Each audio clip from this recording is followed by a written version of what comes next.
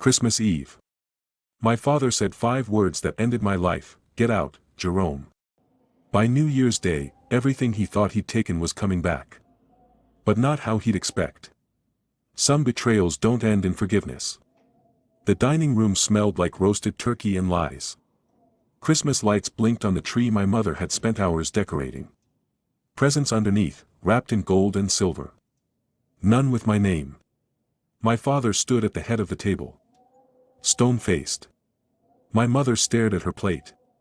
My brother Derek sat across from me, wine glass in hand, the corners of his mouth barely containing a smile. My father didn't speak right away. He looked down at the table. At the plates. At the empty chair where my grandmother used to sit. His jaw tightened. Loosened. For a moment, just a moment, I thought he might stop this. That he might ask a question. That he might look at me and see his son instead of a problem to be solved. He reached for the folder. His hand hovered there. Then he slid it across the table. A manila folder. The sound of it against the wood was louder than it should have been. "Open it," he said. Inside was bank statements. Withdrawal records. $23,000, gone over 6 months. My signature, or something close enough, on every transaction. I didn't do this. My voice cracked. Derek set his glass down slowly. Deliberately. "I handle the books, Jerome. That's how I found it." My mother stood without looking at me. Began stacking plates no one had touched. "We gave you everything. The evidence was perfect. My signature. My laptop. My IP address. Security footage corrupted on the exact dates in question." Derek had spent months building this cage. "You have 1 hour," my father said. "Take your things. Leave your keys." My sister Keisha, 19, stared at her lap. Silent. My grandmother wasn't there. They'd moved her to a nursing home 3 months earlier. Now I understood why. This is Derek. He's setting me up. My father's jaw tightened. "Your brother warned me you'd say that." Derek spoke directly to me for the first time. "The only mistake was trusting you." I stood. The chair scraped against hardwood. No one stopped me. Before we continue, please like this video, subscribe to the channel, and comment your country below. I love knowing how far these stories travel. I packed 2 bags in under 30 minutes. My phone buzzed. Simone. My fiancée. "Heard what happened. Can't believe you do this. We're done." I called. Voicemail. Called again. Same. Derek had gotten to her first. Simone's cousin worked at the family company. The story had already spread.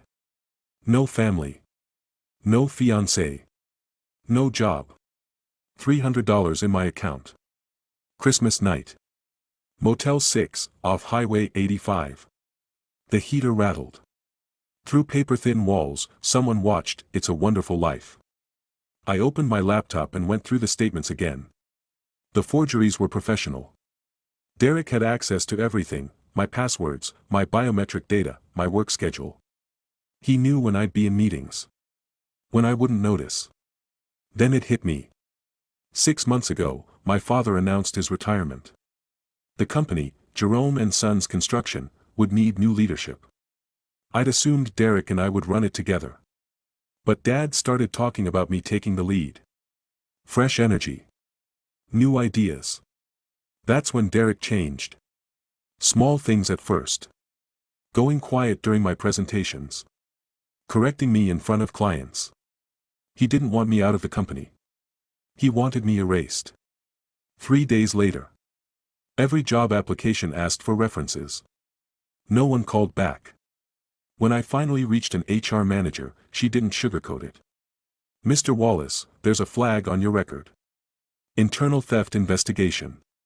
Your previous employer noted termination for financial misconduct." Derek had filed a report.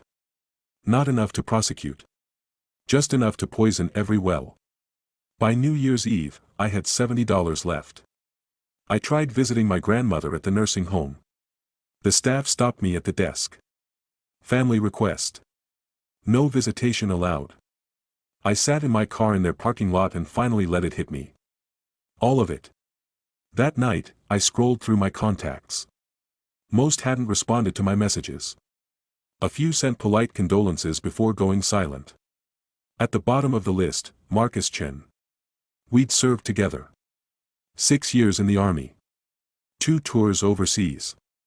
Marcus saved my life in Kandahar. I returned the favor in Kabul. When we got back, he went into private security. I went to college. We'd lost touch. I hit dial. This better be good. Marcus. It's Jerome Wallace. Silence. Then, you in trouble? I told him everything. When I finished, Marcus was quiet for a long moment. You got somewhere to stay? Motel. Pack your shit. I'm texting you an address. Be there by 2. Marcus, I can't pay. Did I ask you to pay? You're my brother. Brothers don't leave brothers in the cold. 1:47 a.m. Marcus lived in a converted warehouse in the industrial district. When I pulled up, he was outside. Same crew cut. Same build, maybe bigger. You look like shit. Feel worse. Inside, the space was divided into zones. Living quarters, Spartan, military clean. Full gym with weights, bags, a fighting cage. Office area with computers showing security feeds. In the back, a gun range. I run a security consulting firm, Marcus explained. Executive protection. Risk assessment. Some PI work. I looked at him. Really looked at him. Marcus Chen had seen the worst of what people could do. And he'd learned to speak that language. I need proof, I said. Proof that Derek set me up. Marcus cracked his knuckles. Now we're talking. But first, we fix your head. Starting tomorrow. 6 a.m. Every day. You're going to remember who you are before we go after who did this. I need to move fast. You want revenge? Real revenge? Marcus stepped closer. You do it from strength. Clear head. Detailed plan. That takes time. His smile was dangerous. Your brother thinks you're broken. Let them think that. Let them get comfortable. Then we show them what a mistake looks like. The next morning. 6 a.m. We ran 5 miles before sunrise. My lungs burned. My legs screamed.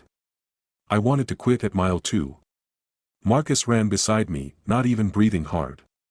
You quit now, you quit forever. I kept running. After the run, weights. After weights, hand-to-hand combat. Marcus taught Krav Maga and Jiu-Jitsu. Patient but relentless. By night, I learned his world. Digital forensics. Social engineering. Surveillance techniques. How to think 3 moves ahead. Your brother made one mistake, Marcus said 2 weeks in, reviewing documents from my family's business. He was too perfect. Meaning? Nobody steals money this clean.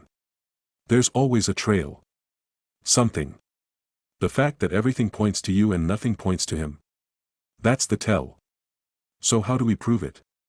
Marcus grinned. We make him do it again. 3 weeks later. The plan was elegant. We'd create a shell corporation, Apex Development Partners, and approach Jerome and Sons Construction with a $12 million deal. Big money. Fast timeline. The kind of project they couldn't ignore. But there'd be complications. Payments requiring creative accounting. Opportunities to skim. And we'd watch everything. Marcus had contacts. A lawyer. An accountant. A tech specialist. They built us a completely legitimate-looking company. By then, I'd lost 20 pounds and gained it back in muscle. 5 miles was easy now. The rage had crystallized into something cold. Focused. We reached out to Jerome and Sons Construction through proper channels. My father called back within 24 hours. Marcus had set up voice modulation. When I took the call as Richard Thompson, Apex's senior project manager, I sounded nothing like myself. Mr. Jerome, your company's reputation is impressive. My father sounded older. Tired. Tell me more about the timeline. We walked through details. Groundbreaking in 6 months. 18-month build. Milestone bonuses. We're also speaking with Morrison Construction, I added. Whoever commits first gets the contract. Competitive pressure. Marcus insisted on it. 2 days later, my father called back. They were in. Marcus played Richard Thompson in person using prosthetics and makeup. Professional grade. He looked 20 years older. I stayed in shadows, monitoring communications, watching money move. First payments went clean. Derek was being careful. But Marcus had built in a trap, a subcontractor invoice with a $15,000 error requiring Derek's approval. We'd planted keystroke loggers during our first meeting. A USB drive left in a conference room outlet. Looked like someone's forgotten phone charger. Derek saw the invoice. Read it. Opened the family business account. He sat there. 3 minutes. Then he made the transfer. Not from a legitimate budget line. From a discretionary fund he controlled. Documented as materials adjustment. Not illegal. But questionable. And it matched the pattern he'd pinned on me. We've got him interested, Marcus said. Now we make him desperate. Over the next month. We created pressures. Environmental surveys with issues. Permit delays. Design changes. Derek rose to each challenge. Each time, he bent the rules more. Moved money. Adjusted invoices. We recorded everything. But I wanted more than proof. I wanted confession. Marcus saw it in my face. Don't go cowboy on me. Stick to the plan. The breakthrough came from Keisha. My sister called Marcus's phone on a Tuesday afternoon. She tracked him down through military records. I know Jerome's there. I need to talk to him. Marcus looked at me. I nodded. Keisha, I said. What's wrong? She was crying. I'm so sorry. I should have stood up for you. You were in an impossible situation. No. Nothing about this is okay. She took a breath. I know Derek set you up. I heard him on the phone with his girlfriend 2 nights ago. Talking about how perfectly it worked. How Dad bought every piece of it. My heart stopped. Did you record it? No. I didn't have my phone. But I can testify. He won't believe you, I said. Not without proof. Then help me get it. Please. I'll do whatever you need. Having someone inside changed everything. We spent the next week preparing Keisha. Marcus taught her how to record conversations. Apps that looked like games. Jewelry with hidden buttons. How to ask innocent questions that would lead to admissions. If you feel threatened at any point, Marcus told her, text Jerome the word pineapple. Then get out. We'll come get you. I can do this. She was braver than I'd given her credit for. First recording. Derek talking to his girlfriend Vanessa about expanding the house. Once the business is entirely mine, we can remodel everything. Maybe buy the lot next door. Good. Not enough. Second recording. Derek telling our uncle about the Apex project. Some payment terms are unusual, but I've restructured things. Nothing illegal. Just creative. The kind of thing Jerome would have noticed if he was still here. Getting warmer. Third recording. Keisha came to the warehouse on a Saturday morning. Hands shaking. This is it. Marcus plugged the phone into his computer. We listened in silence. Derek's voice, you ever wonder how easy it was to take Jerome down? Vanessa, baby, you said we weren't going to talk about this anymore. Derek, I know. But damn. It was perfect. 6 months of planning. Every signature, every timestamp, I made it look so much like him that even I almost believed it. Vanessa, what if Jerome tries to prove he didn't do it? Derek laughed. Cold. With what? I controlled every piece of evidence. Even if he found a lawyer, it would take years and cost money he doesn't have. By then, this business will be mine. The recording continued. Derek detailing exactly how he'd forged everything. Corrupted footage. Thought of every angle. When it ended, my hands were clenched white. That's everything we need, Marcus said quietly. No, I said. They both looked at me. Not until Derek knows exactly what he's lost. Phase 3 was Marcus's masterpiece. Apex Development is going to have a crisis, he explained. Major investor pulls out. Cites financial irregularities. Project gets investigated by a forensic accounting firm, one I have connections with. And they'll find Derek's creative accounting. All of it. And because it's a large commercial project, audit results get presented to all stakeholders, including your father. Marcus leaned forward. But here's the beautiful part. Before any of that comes out, we tip him off. Give him 72 hours to panic. Watch what he does. I understood immediately. He'll try to hide evidence. Which creates more evidence. The tip-off came through a fake investor email. Professional. Concerned. Mentioning rumors of irregularities. We watched Derek through the keystroke logger. Watched him read it 3 times. Then the panic set in. Over 72 hours, Derek made 16 separate adjustments to financial records. Backdated documents. Created fake email trails. Even forged our father's signature on internal memos. Every action was illegal. Every action was documented. On the 4th day, Derek tried to access my old employee files. He was going to create a pattern. Make it look like the business always had irregularities. He was going to frame me again. But Marcus had set up a honeypot. Fake files that were actually trackers. The moment Derek accessed them, we got a notification. Every change was logged. Got him, Marcus said. He just tried to alter evidence in a closed investigation. Obstruction. Evidence tampering. Fraud. Even without the original framing, he's looking at serious charges.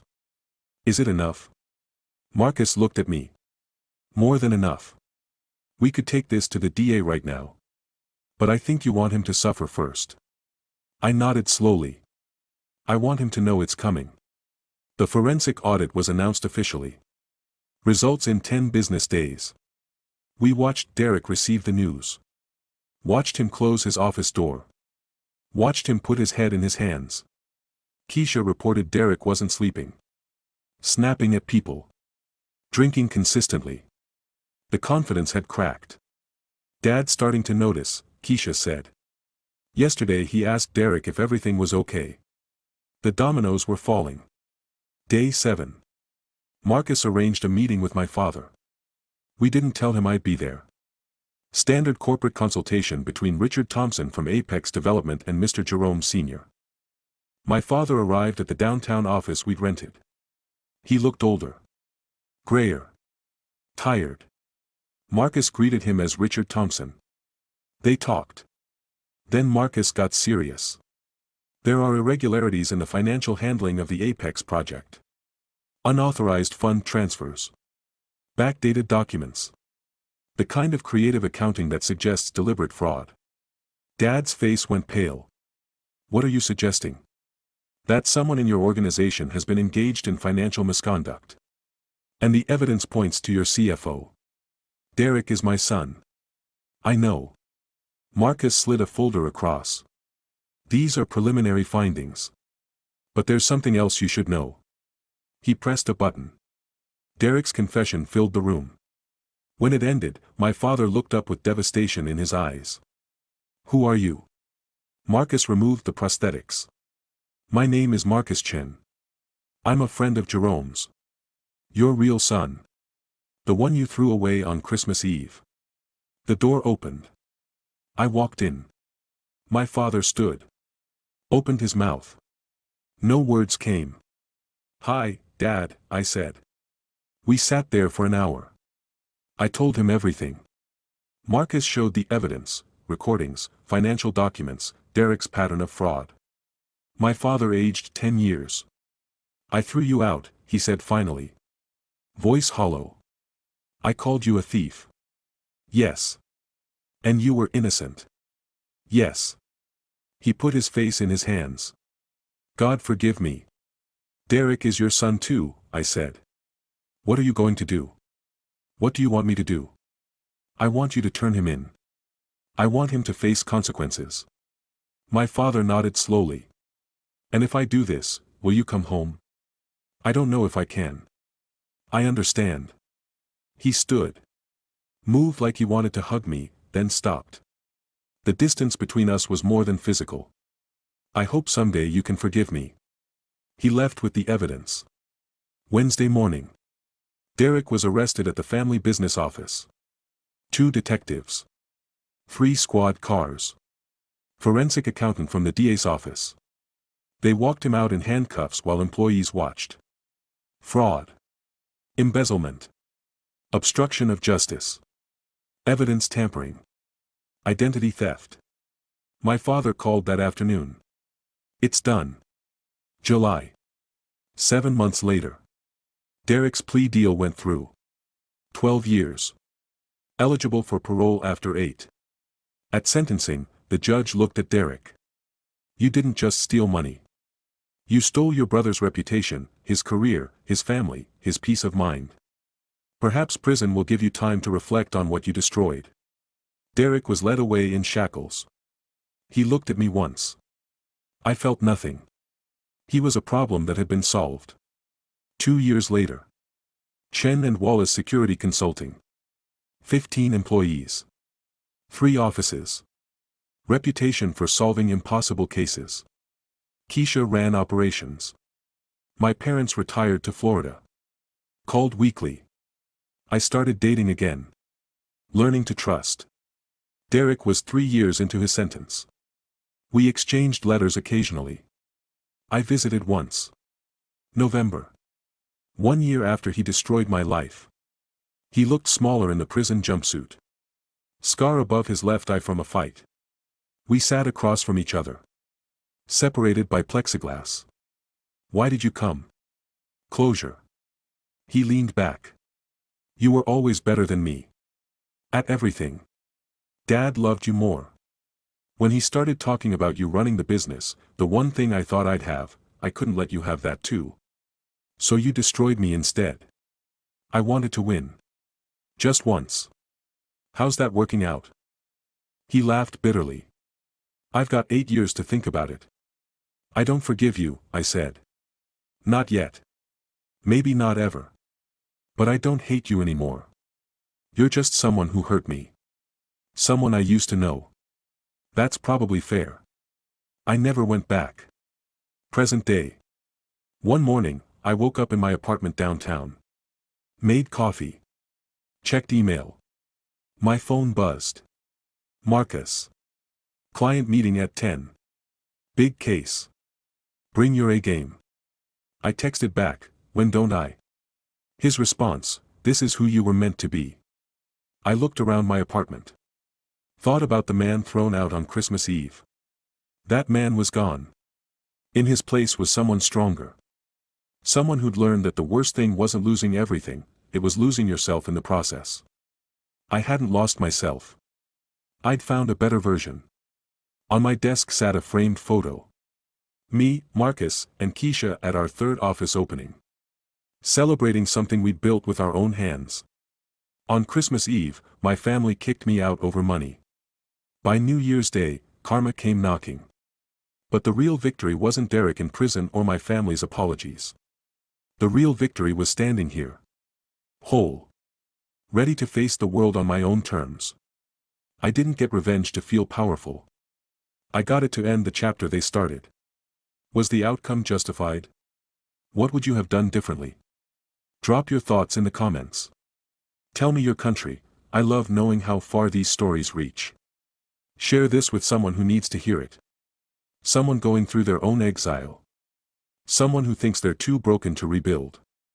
Subscribe for more stories about people who refuse to stay down. This isn't just a story about revenge. It's a reminder, what you bury always comes back. This was Revenge Chronicles. And this was earned.